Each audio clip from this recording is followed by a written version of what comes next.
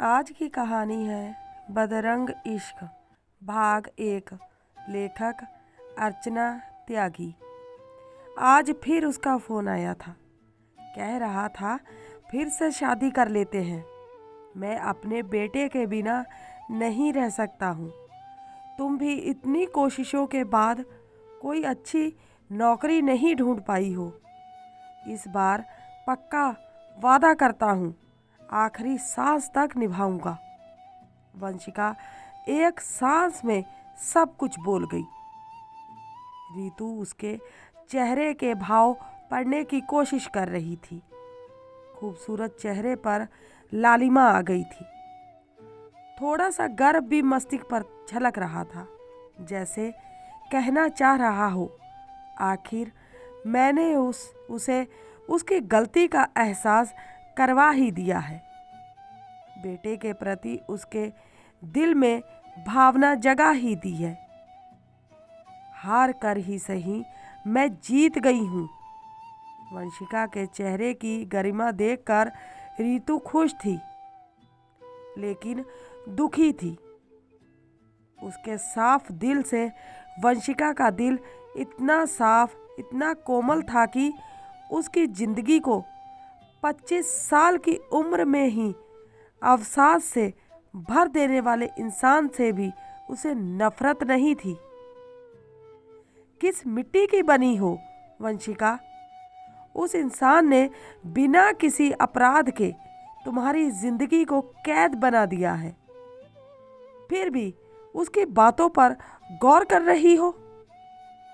वंशिका रीतू की बात से सहमत थी, लेकिन सुजीत की बातों पर रीतू की तरह शक नहीं कर पा रही थी। उसने खुद ही मुझसे संपर्क किया है।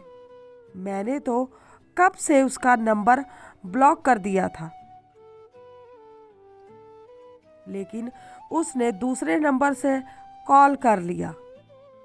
फिर अभी के बारे में पता करने से मैं उसे नहीं रोक सकती हूँ। कोर्ट का भी यही फैसला था।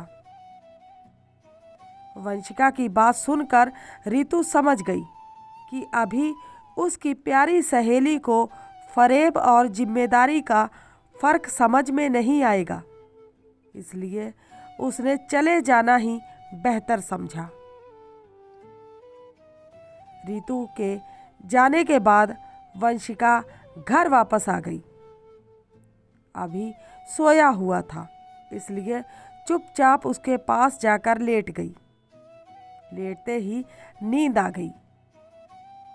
वंशिका की मम्मी ने फोन पर रीतू से कब बात करके उसके जीवन में चल रही मानसिक उठापटक की पूरी जानकारी ले ली।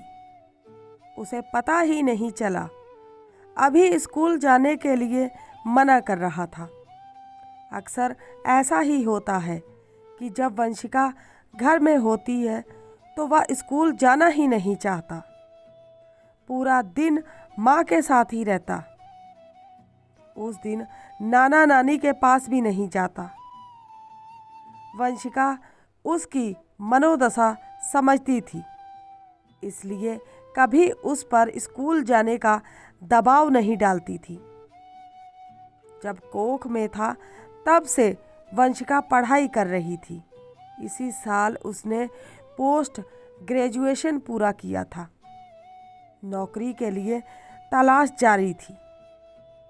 जीवन की कड़वाहट भुलाने का एक यही उपाय था।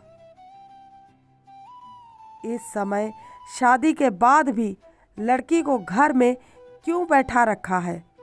पसंद का लड़का मिला था, फिर भी क्यों उसके साथ निभा नहीं पाई? लाडली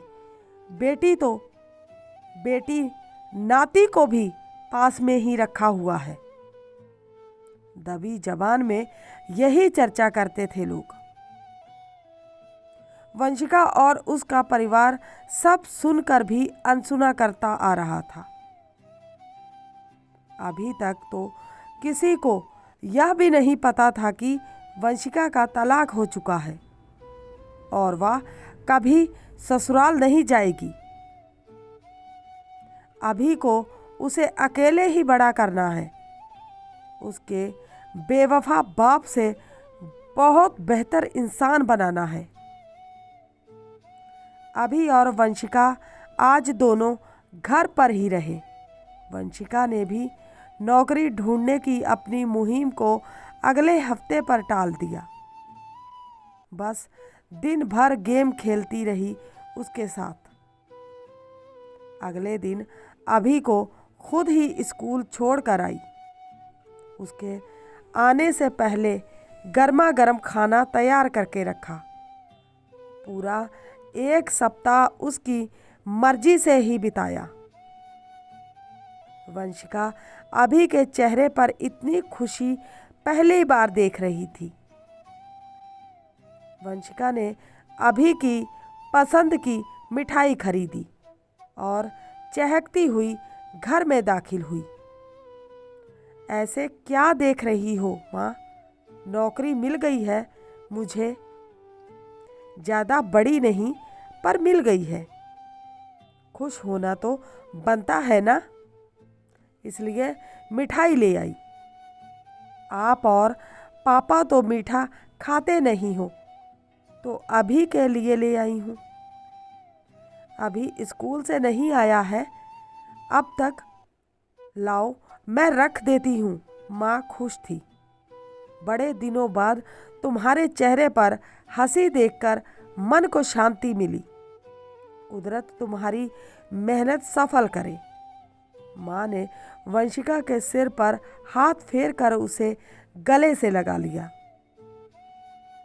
उनकी आंखों से टप टप आंसू गिर रहे थे। नहीं माँ, अब रोने का नहीं, हंसने का समय आ चुका है। जो हुआ वह मेरे हिस्से में लिखा था। अपने पापा और अभी के साथ से मैं उस गलत फहमी से बाहर आ गई हूँ। अब मेरे लिए हंस दो माँ। वंशिका ने माँ के आंसू पोंछते हुए कहा। मुझे अपने ऊपर गुस्सा आता है बेटा। तुझे मैंने ही उस रिश्ते के लिए तैयार किया था।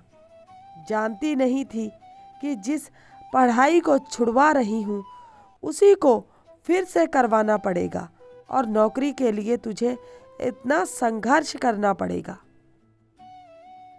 माँ की आंखें अब भी नम थी। आपने तो सब अच्छा ही देखा था ना। सगी माँ हो मेरी, सौतेली नहीं हो। धोखा तो उन रिश्तेदारों ने दिया जिन्होंने सच्चाई छिपाई। तुम्हारी गलती नहीं थी माँ। फिर कभी अपने मुंह से ऐसी बात मत कहना। वंशिका ने माँ की साड़ी के पल्लू से एक बार फिर से माँ की आंखों से आंसू पोंछ दिए। पापा का फोन आया कि अभी को स्कूल से लेकर पहले बाजार जाएंगे फिर घर आएंगे। उसे नई साइकिल जो दिलानी थी। माँ घर के काम में व्यस्त हो गई और वंशिका अपने कमरे में आकर लेट गई। फोन देखने का आज मन ही नहीं था। एक संतुष्टि थी कि व्यस्त रहने का एक बहाना तो मिल ही गया है। फिर भी आंखों में आंसू आ गए। दोनों हाथ मुंह पर रख लिए। जीवन में पिछले कुछ सालों में हुई उठापटक घटनाओं के रूप में पलकों में सिमट गई और फिल्म की तरह दृश्य बदलने लगे। बीए की परीक्षा जैसे ही खत्म हुई, माँ ने बताया कि उनके एक दूर के रिश्तेदार घर आ रहे हैं। वंशिका ने घर को ठीक किया और ड्राइंग रूम को अच्छे से व्यवस्थित कर दिया। उसे पता ही नहीं था कि उसका उत्साह और रचनात्मकता आधार बन जाएंगी उसके जीवन में आने वाली मुसीबतों की।